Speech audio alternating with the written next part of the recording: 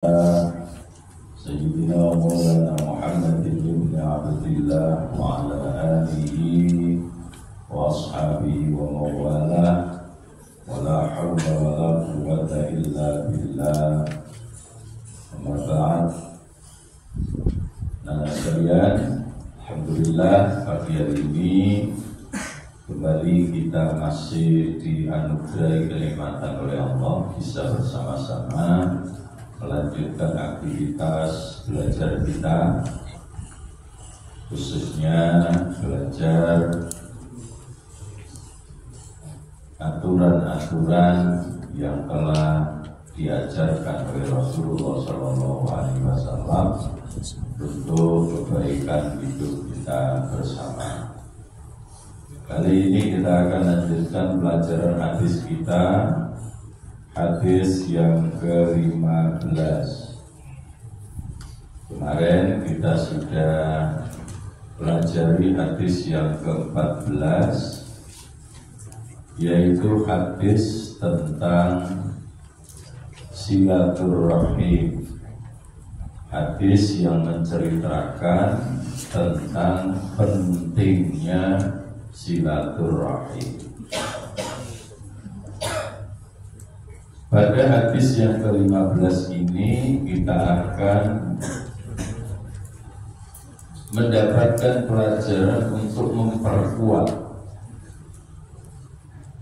Kalau hadis yang ke-14 mengajarkan tentang pentingnya silaturahim, hadis yang ke-15 kebalikannya, resiko orang yang memutus silaturahim, resiko orang yang suka merusak persaudaraan. Baik, kita akan baca terlebih dahulu bersama-sama. Bismillahirrahmanirrahim. Bismillahirrahmanirrahim. Hadis 15. Hadis 15. Hadis tentang larangan memutus tali silaturahim. Larangan memutus tali silaturahim. La yadkhulul jannata. La yadkhulul jannata. Qati'ur rahim. Qati'ur rahim. Kita ulang. Pastikan kalian bisa baca dan langsung hafal. La yadkhulul jannata. La yadkhulul jannata. Qati'ur rahim. Qati'ur rahim. La yadkhulul jannata. La yadkhulul jannata. Qati'ur rahim. Qati'ur rahim. Artinya tidak masuk surga, tidak masuk surga pemutus silaturahim. pemutus silaturahim. Hadis riwayat Imam Bukhari. Hadis riwayat Imam Bukhari. Coba saya minta kita ulang baca bersama-sama dari basmalah sampai dengan terjemahannya tadi. Bersama-sama 1, 2, 3. Bismillahirrahmanirrahim. Hadis 15. Hadis tentang larangan memutus tali silaturahim. La yadkhulul jannata qati'ur rahim. Artinya tidak masuk surga pemutus silaturahim. Hadis riwayat Imam Bukhari. Baik, langsung hafal kan? Langsung hafal karena pendek sekali hadisnya. Yang kita baca, yang kita tampilkan di dalam buku kamu, hadisnya pendek. Ada hal penting di dalam hadis itu anak-anak yang harus anak-anak pahami. Apa itu, Pak? Yang pertama istilah qati'ur rahim, pemutus silaturahim. Siapa orang yang memutus silaturahim dan bagaimana implementasi bagi orang yang disebut pemutus silaturahim? Yang paling gampang orang akan mengatakan pemutus silaturahim itu contohnya apa? Gak tahu. Gak wau karo dulur, gak wau karo konco, ya, gak wau karo tonggo. Itu paling gampang orang ngomong. Silaturahim terputus, apa contohnya? Gak wau, ya. Gak wau itu bahasa Indonesianya apa? Pak Bolo, saya betul mana? Ayo Bapak. Tidak malah. Gak tahu. Tidak bertegur sapa. Ya. Kalau nulis nama di buku gak tahu. Tidak mau bertegur sapa dengan orang lain, apakah itu saudara, tetangga, teman, atau kenalan yang biasanya kita berkomunikasi dengan mereka, tiba-tiba karena satu dan lain hal kamu kemudian tidak mau menegur mereka. Di sekolah kita, di lingkungan sekolah kita, bahwa kita semua, Bapak, Ibu guru, karyawan, dan murid semua yang ada di sini itu adalah satu keluarga. Maka jangan ada yang tidak bertegur sapa hanya gara-gara hal-hal kecil. Jadi menungso iku sing gede sepurane. Ya, jadi menungso iku sing gede pangapurane. Kalau ada hal-hal yang kira-kira bisa membuat masalah dan itu untuk memaafkan bukan sesuatu yang sulit, kenapa kita harus jadi pendendam? Kenapa kita harus membuat hati kita kondisikan menjadi mangkel? Tidak ada gunanya. Saya seringkali menasihati kamu, kita itu siapa? Kita itu cuma sekedar makhluk. Gusti Allah itu sing duwe sembokaran. Ya, Gusti Allah yang memiliki seluruh alam semesta. Itu saja kalau hambanya salah, potensi memaafkannya itu lebih besar. Ya, makanya anak-anak kalau waktunya tahlilan kan sering dibaca kan. Di antara potensi yang ditampilkan awal oleh Allah dalam hal dua pilihan, mengampuni atau menyiksa, maka yang pertama kali ditampilkan oleh Allah adalah mengampuni. Ya, fayaghfiru liman yasha'u wa yu'adzibu man yasha'. Gusti Allah itu bisa saja mengampuni orang yang dikehendaki dan juga bisa saja menyiksa orang yang dikehendaki. Tapi antara mengampuni dan menyiksa, yang didahulukan oleh Allah adalah mengampuninya. Kalau Gusti Allah yang memiliki seluruh alam semesta saja mudah memberikan ampunan kepada hambanya, lalu kemudian kita sama-sama hamba saja tidak mau saling memaafkan. Ya, kok sih bergedute? Kok izin sombong?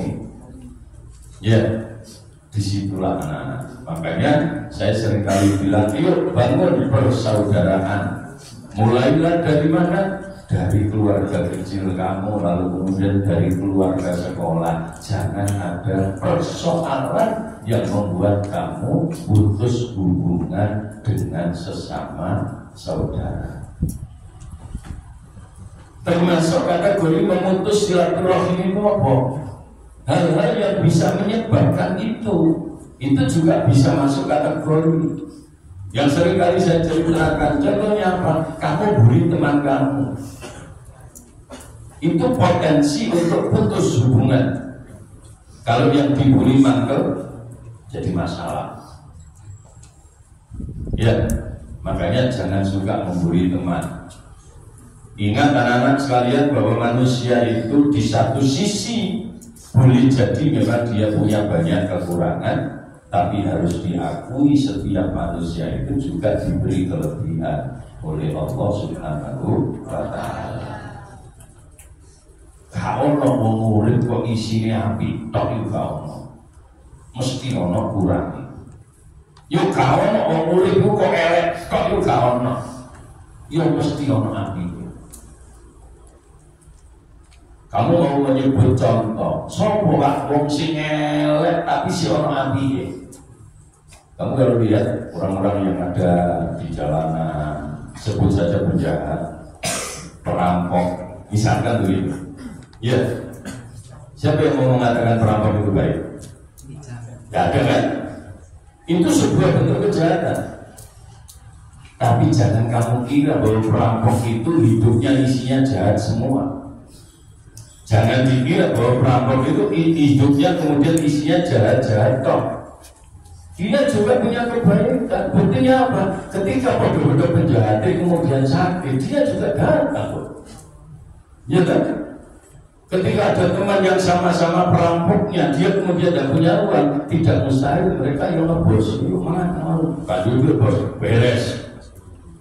Berarti kan masih punya kebaikan. Apa sih ya? Ini contoh paling konyol gitu kan? Contoh paling konyol. Sak elek wong masih yo titik mesti ono api. Ya. Sapi-api wong masih yo titik mesti ono salah. Makanya kemudian kita harus membuka dada kita lebar-lebar. Untuk apa? Untuk membuang sifat mangkel, dendam dan sebagainya, diganti dengan sifat pemaaf. Dalam rangka apa? Dalam rangka membangun silaturahmi, membangun persaudaraan supaya tidak putus. Yes ya, kalau urusan seperti ini anak-anak gak hanya laki-laki, perempuan juga potensi untuk itu, walaupun pola dan modelnya berbeda. Kenapa? Karena kejahatan itu bisa dilakukan oleh laki-laki maupun perempuan. Demikian pula kebaikan bisa dilakukan oleh laki-laki dan juga bisa dilakukan oleh perempuan. Makanya anak-anak, saya juga mau kalau melihat kamu kemudian suka bully kancane, ya, apalagi kemudian membuat temannya itu merasa terpinggirkan, membuat temanmu merasa tersinggung, jangan. Makanya guyon, aja teman-teman. Ya, dari saya, teman-teman masih ingin juga bully. Apa ya, teman. Enggak ya jaga, enggak lah. Bilangnya ada menjaga ya. Jangan kau kira bisa, ya. Jaga ini ternyata waktu dan gue enak suara ngalah-ngalah yang masih mengkar. Ya, enggak. Artinya apa? Kalau ini pastikan kamu semua bisa, pada saya tidak bisa. Hanya tinggal punya kemauan apa tidak. Ya, punya kemauan apa tidak. Makanya ojo, ya masih bad boy barang lu, terus dengan bully koncone. Nanti apa? Karena orang itu masih guyon akrab kaya apa, nek is kebajul kadang-kadang juga tersinggung. Ya kan? kadang-kadang juga bisa tersinggung, dan ketika tersinggung bukan mustahil kemudian persaudaraannya bisa terputus, dan itu membahayakan. Banyak sekali anak contoh memutus persaudaraan itu tidak hanya sekedar silaturahim datang ke rumahnya, tidak hanya itu untuk silaturahim, bahwa kita tetap menjaga kebaikan bersama itu juga bagian dari silaturahim. Ya, dalam satu keluarga atau dalam sebuah masyarakat. Nah, resiko terbesarnya apa? Orang yang suka memutus silaturahim atau melakukan hal-hal yang bisa berakibat pada putusnya hubungan persaudaraan, maka resiko terbesarnya kata hadis tadi la yadkhulul jannah, tidak masuk surga. Wes ya, didengarkan semuanya, masukkan ke dalam hati kamu. Apapun yang kamu lakukan, kalau itu bisa membawa pada putusnya hubungan persaudaraan, maka itu bisa berakibat terhalangnya kamu untuk masuk surga. Ya, makanya saya sering kali cerita pada anak-anak, ya, kadang ada teman kamu itu yang bukan karena apa-apa, ya memang anak-anaknya diem. Ya, jangan diterjemahkan yang aneh-aneh. Ono sing nyerempet, panjene lambene kapan Bandungi. Ya biasa wae. Karena memang manusia itu punya karakter yang berbeda. Jangan kemudian kamu pakai dalil untuk membenarkan perilaku jelek kamu dengan mengatakan, itu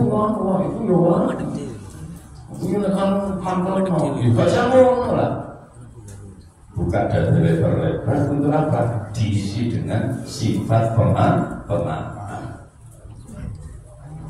Apalagi kalau kita ingin benar-benar menjadi bagian dari orang yang bertakwa.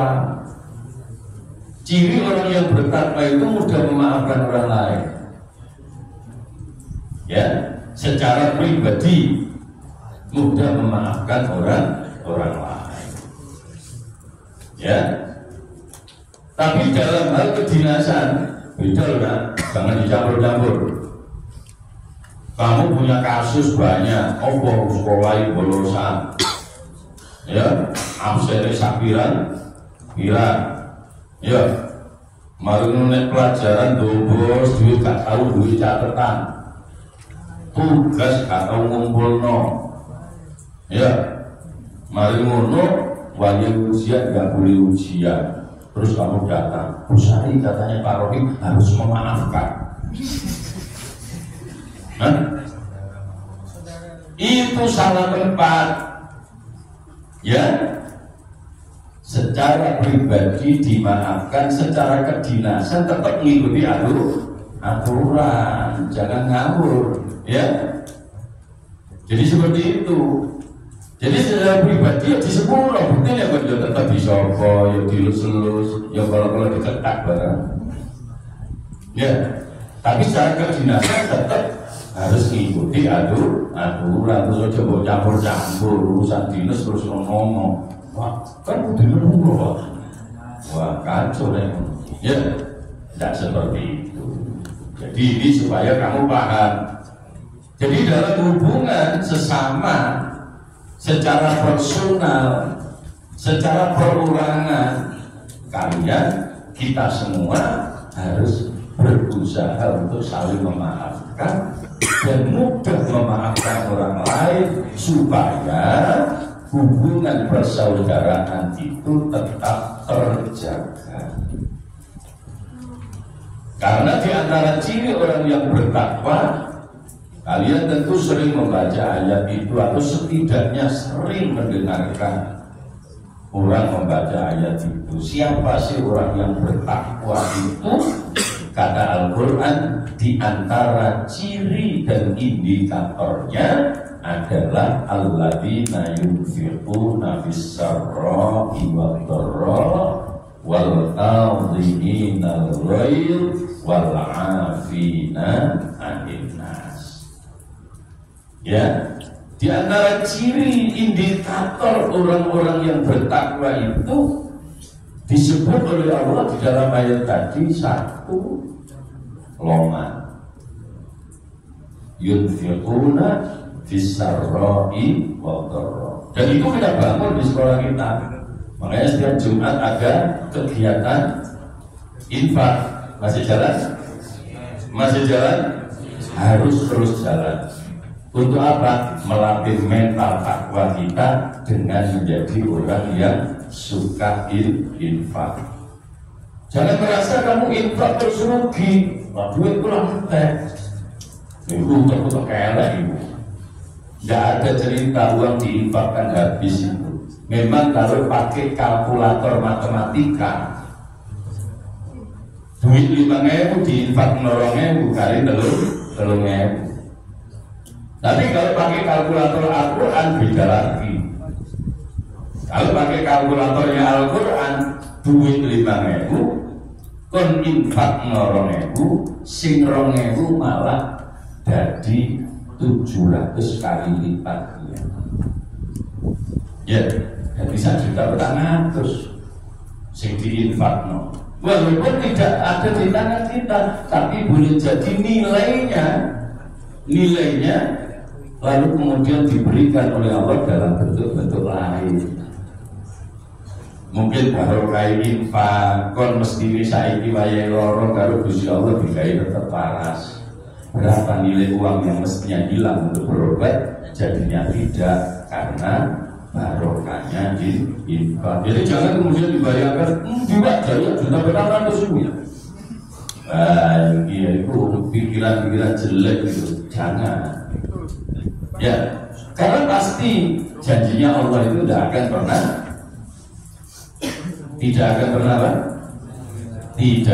pernah diingkari. Ya, makanya latihan setiap Jumat infak sebisa kamu. Makin banyak tentu makin baik, tapi tidak boleh memaksakan kemampuan. Ya, makin banyak pasti makin baik, tapi tidak dengan memaksakan kemampuan. Oke. Kemudian yang kedua apa? Yang kedua wal-kadhiminal ghaidh. Orang yang bertakwa itu punya ciri, yaitu mampu mengendalikan amarahnya. Mengenai karo konco sak konco sorangan. Ya, sorangan. Lalu kemudian apa? Lalu kemudian diwujudkan dengan indikator ketiga wal afina 'anil nas. Nah, iso mengendalikan amarahnya, lalu kemudian diikuti dengan memaafkan kepada sesama. Nah, kalau ini diterapkan, hubungan persaudaraan tidak akan pernah putus. Makanya saya awali tadi dengan menyampaikan jangan pernah melakukan segala bentuk perbuatan yang bisa menjadi penyebab putusnya persaudaraan. Ya, mau soal jawabannya sakit ini tetap seduluran kabeh kan iso. Ya kan? Iya, harus bisa. Ya, harus bisa. Karena kalau tidak bisa, ya tadi resikonya la yadkhulul jannah. Kita kemudian punya halangan untuk masuk surga. Karena boleh jadi orang yang kelihatannya ibadahnya luar biasa, sholatnya kok markotok, ya, wis sampai babi gosong ireng, ya, wis pokoknya dikongken sholat itu kok markotok, puasa bukti, puasa Rajab dijalankan, yuk, bulan Rajab ini siapa yang sudah puasa? Satu. Kemenang tak? Coba ya. Satu. Siapa lagi? Siapa lagi? Oh, sengaja kaitan mau ngetok bujui kayak diwarai kalau buju gitu ya. Selama bulan Rajab ini usahakan anak-anak ada puasanya, usahakan ada puasanya ya, walaupun tidak tanggal 1 tidak apa-apa, ada puasanya paling tidak ya, bisa paling enggak 3 hari lah minimal. Biar apa? Biar ada bedanya kita berada di bulan yang mulia, itu diikuti dengan peningkatan ibadah.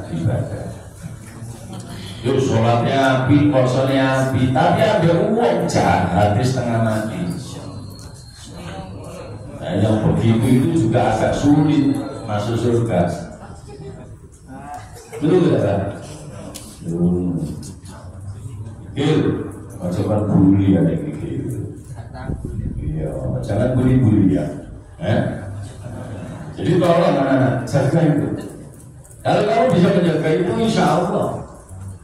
Jadi ibadah kita kemudian mudah diterima oleh Allah karena kita ikuti dengan sikap antar sesama, tetap menjaga kebaikan, menjaga hubungan persaudaraan.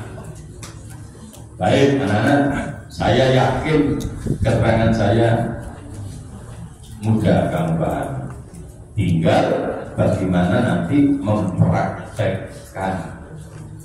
Saya minta semua warga SMK PGRI Nurul Ihsan tetap bisa menjaga persaudaraan. Sampai kamu sudah lulus menjadi alumni, jaga persaudaraan dengan siapapun.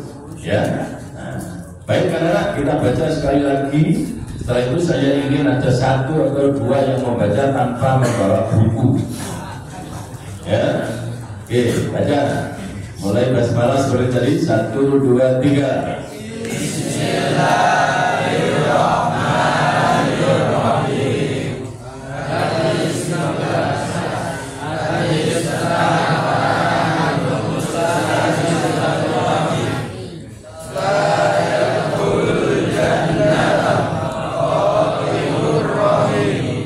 Artinya tidak masuk surga memutus silaturahim.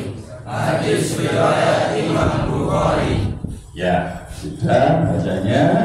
Saya ingin 1 atau 2 berdiri baca tanpa bawa buku. Harus berdiri. Ayo. Coba berdiri dan dibaca seperti tadi. Bisa. Ya pastikan kamu yakin bisa. Ayo, terus. Ya.